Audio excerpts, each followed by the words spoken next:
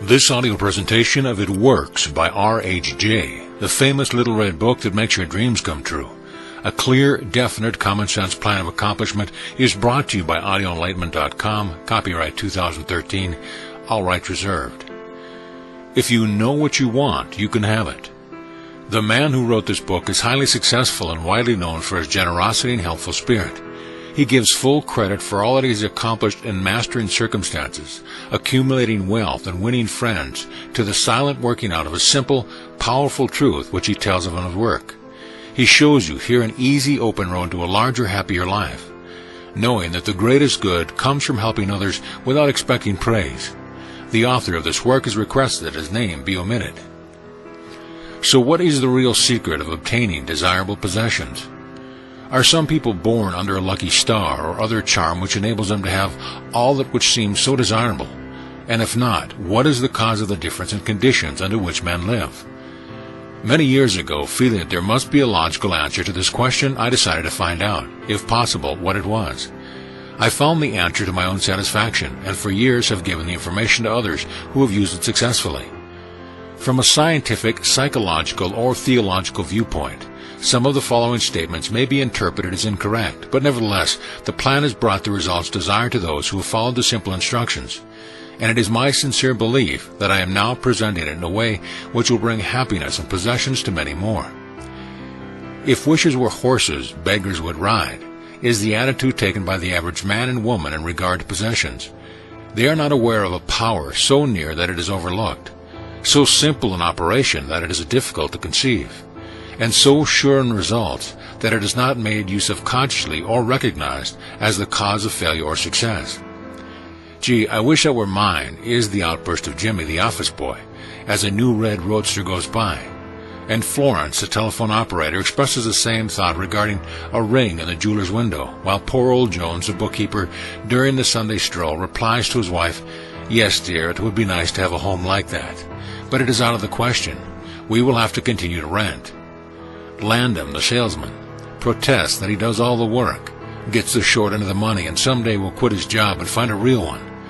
And President Bondum, in his private sanctorum, voices a bitter tirade against the annual attack of hay fever. At home is much the same. Last evening, father declared that daughter Mabel was headed straight for disaster. And today, mother's allowance problems and other trying affairs fade into insignificance as she exclaims, "This is the last straw." Robert's school teacher wants to see me this afternoon. His reports are terrible. "You know, but I am late for bridge now. She will have to wait until tomorrow." So goes the endless stream of expressions like these from millions of people in all classes who give no thought to what they really want, and who are getting all they are entitled to or expect. If you are of these millions of thoughtless talkers or wishers, and would like a decided change from your present condition, you can have it. But first of all, you must know what you want, and this is no easy task. When you can train your objective mind, or the mind that you use every day, to decide definitely upon the things or conditions you desire, you will have taken your first step in accomplishing or securing what you know you want. To get what you want is no more mysterious or uncertain than the radio waves all around us. Tune in correctly and you get a perfect result. But to do this, it is of course necessary to know something of your equipment and have a plan of operation.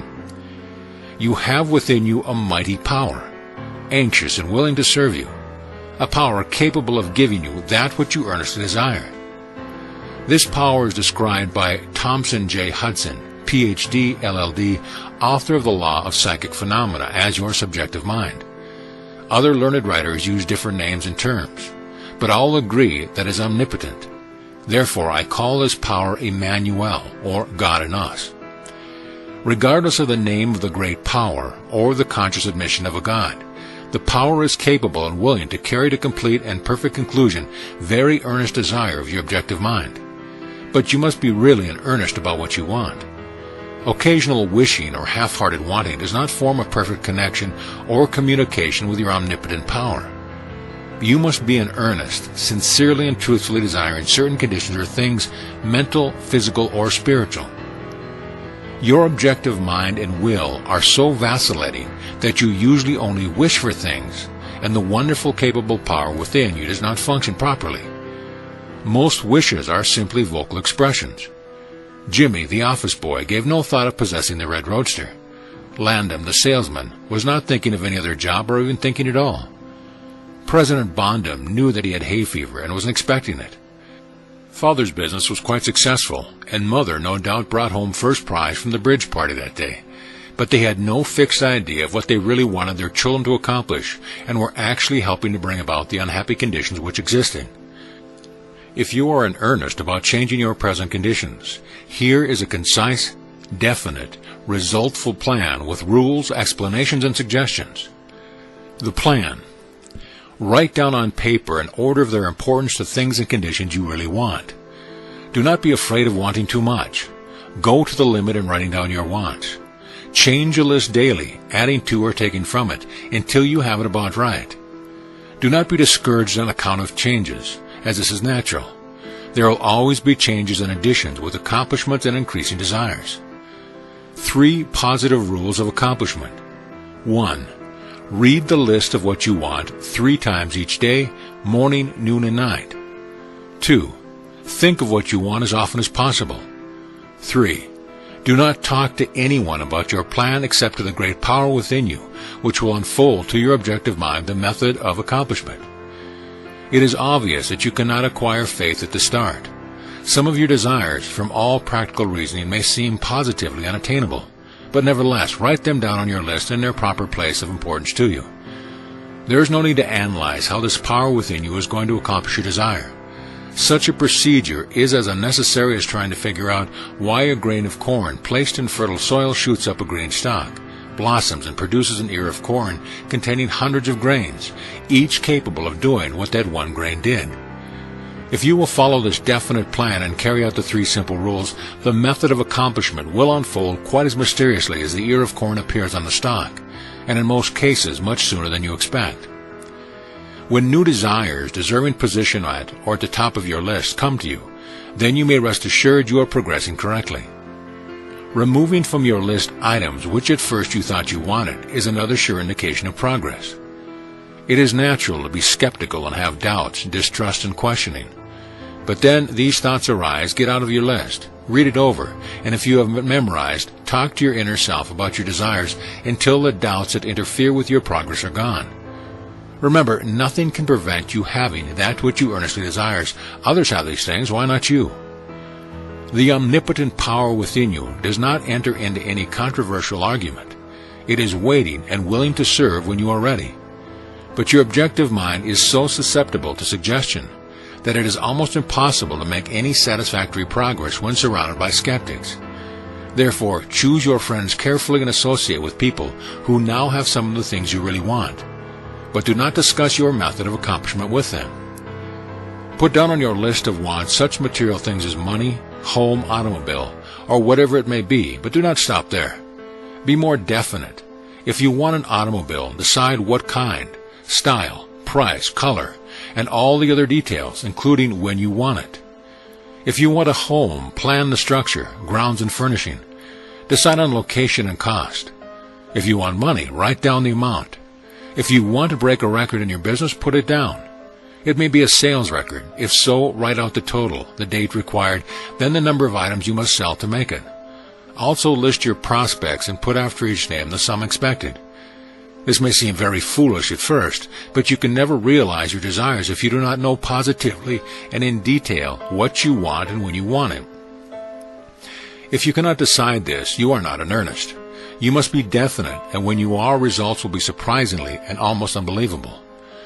A natural and ancient enemy will no doubt appear when you get your first taste of accomplishment. This enemy is discredit, in form of such thoughts as, "It can't be possible. It just happened to me. What a remarkable coincidence." When such thoughts occur, give thanks and assert credit to your omnipotent power for the accomplishment. By doing this, you gain assurance and more accomplishment, and in time, prove to yourself that there is a law which actually works at all times when you are in tune with it. Sincere and earnest thanks cannot be given without gratitude, and it is impossible to be thankful and grateful without being happy. Therefore, when you are thanking your greatest and best friend, your omnipotent power for the gifts received, do so with all your soul and let it be reflected in your face. The power and what it does is beyond understanding. Do not try to understand it, but accept the accomplishment with thankfulness, happiness, and strength and faith. Some cautions. It is possible to want and obtain that which will make you miserable, that which will wreck the happiness of others, that which will cause sickness and death, and that which will rob you of eternal life. You can have what you want, but you must take all that goes with it. So in planning your wants, plan that which you are sure will give you, your fellow man, the greatest good here on earth, thus paving the way to that future hope beyond the pale of human understanding. This method of securing what you want applies to everything you are capable of desiring, and the scope being so great, it is suggested that you first consist of only those things of which you are quite familiar, such as an amount of money or accomplishment or the possessions of material things. Such desires as these are more easily and quickly obtained than the discontinuity of a fixed habit, the welfare of others, and the healing of mental and bodily ills. Accomplish the lesser things first, then take the next step, and when that is accomplished, you will seek the higher and really important objectives in life. But long before you reach the stage of your progress, many worthwhile desires will find their place on your list. One will be to help others as you have been helped. Great is the reward to those who help and give without thought of self, as it is impossible to be unselfish without gain. In conclusion, a short while ago, Dr. Emil Cui came to this country and showed thousands of people how to heal themselves. Thousands of others spoofed at the idea, refused his assistance, and are today where they were before his visit. So with the statements and plan presented to you now. You can reject or accept. You can remain as you are, or have anything you want. The choice is yours. But God grant that you may find in this short volume the inspiration to choose aright, follow the plan, and thereby obtain, as so many others have, all things, whatever they may be, that you desire. Read or listen to the entire book over again, and then again. Memorize the 3 simple rules. Test them now on what you want most this minute. This book could have extended easily over 350 pages, but it has been deliberately shortened to make it as easy as possible for you to read, understand, and use. Will you try it? Thousands of better lives will testify to the fact that it truly works. Note from the author. Dear reader, the great possessions of life are all gifts mysteriously bestowed: sight, hearing, aspiration, love, or life itself.